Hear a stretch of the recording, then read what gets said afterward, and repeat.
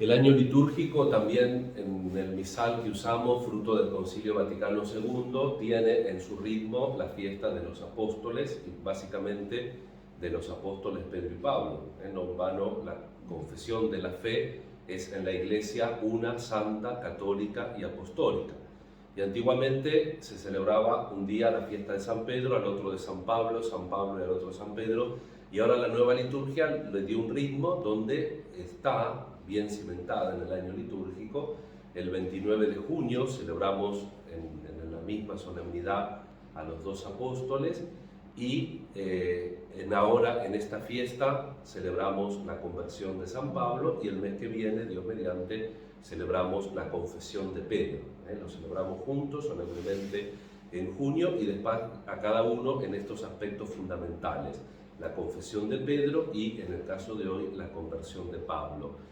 En este relato de la conversión, que se cuenta más de una vez en el Nuevo Testamento, está, digamos así, como la raíz de la enseñanza de la catequesis de Pablo. Siempre en la liturgia de los apóstoles se utiliza este salmo breve, que es como una joyita del Salterio, el Salmo 116, llamado el Aleluya de los pueblos. Este salmo pequeño donde nos invita precisamente, como el Evangelio, el final del Evangelio de Marcos, a anunciar: id al mundo entero a anunciar el Evangelio. Vayan. En latín, ite, como era la despedida de la misa. Ite es yendo, se traduce yendo, indica una acción contemporánea con el verbo. Uno tiene que ir, con todo lo que va haciendo, también tiene que ir enseñando, testificando. Y en este relato de la conversión de los hechos vemos cómo Pablo se encuentra, vuelvo a decirlo otra vez, con las raíces de su predicación. Por lo primero, la fuerza de la gracia. Él recuerda acá sus orígenes puros en el judaísmo más formal, más fuerte. Recordemos que el Papa Francisco muchas veces habla contra la formalidad, la rigidez, dice el Papa.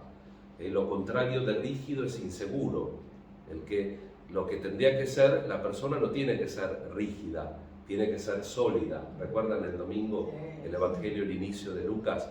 Le dice a Teófilo, el evangelista, para que conozcas la solidez de las enseñanzas que has recibido. Tenemos que estar sólidos, firmes en la fe, no rígidos en la fe. Porque ¿cuál es el problema de lo rígido? Que se rompe. En el fondo, cuando uno lo violenta, se termina rompiendo. Y entonces Pablo venía de una fe rígida, y entonces él experimenta en carne propia, por eso lo predica con tanto énfasis y con tanta fuerza, el tema de la gracia. A él lo empujó, lo sobrecreó la gracia, y entonces fue capaz de ser verdaderamente sólido en Dios y manifestar eso en su predicación. Lo otro que también providencialmente lo tuvimos en este ciclo C en el domingo, que fue el domingo tercero durante el año, el tema de la segunda lectura, el cuerpo de Cristo. ¿Quién se le aparece? Jesús resucitado. Se le aparece a Pablo, pero se le aparece configurado, unido a la iglesia. Yo soy Pablo, yo soy Jesús a quien tú persigues. Y Pablo perseguía a los cristianos. Entonces dice, ¿cómo? El resucitado, sí, yo estoy persiguiendo al resucitado porque estoy persiguiendo a los cristianos, la teología del cuerpo. Y con todo ese proceso que él hace, desde que se queda, fíjense, es un texto que está mitificado en todos los sentidos de la palabra, la fuerza de este texto, que mito no hay que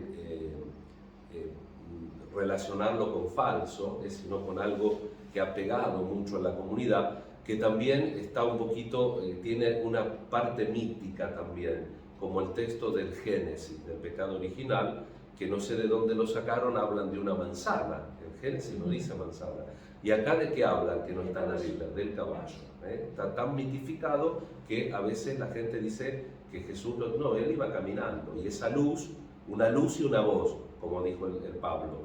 La voz la escucha él, la luz la ven todos, y él cae al piso y se rinde ante esta manifestación de Jesús. Esta manifestación que precisamente en la ceguera le da la iluminación. Después se le caen como unas escamitas cuando el sacerdote Ananías le impone las manos. se le caen unas escamitas y por eso en los primeros siglos el bautismo se llamaba iluminación.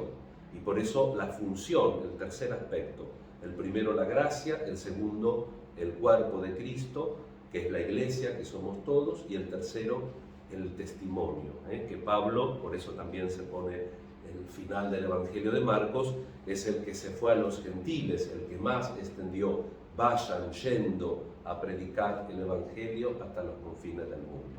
Vamos a pedir al apóstol San Pablo que nos anime también, a nosotros. Mañana vamos a celebrar a los discípulos de Pablo y nosotros también somos discípulos de los apóstoles porque estamos precisamente en la fe de esos apóstoles que han convivido, que han conocido a Jesús, o como Pablo que lo ha visto también todos, ¿no? Glorificado. Pidamos también que el Señor glorificado nos empuje a nosotros a anunciar con nuestra vida, con nuestros gestos, con nuestras palabras, con nuestro interior, esa fuerza del Evangelio, de la gracia, de la luz y de la salvación.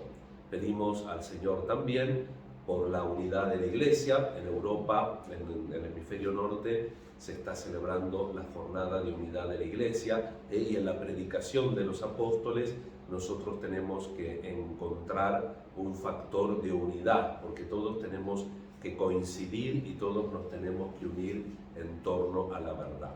Que el Señor nos ayude a ser nosotros también testigos, discípulos, misioneros, y que el Señor también atienda y bendiga las necesidades nuestras y de aquellos que se encomiendan a nuestra oración. Que así sea. Que así sea.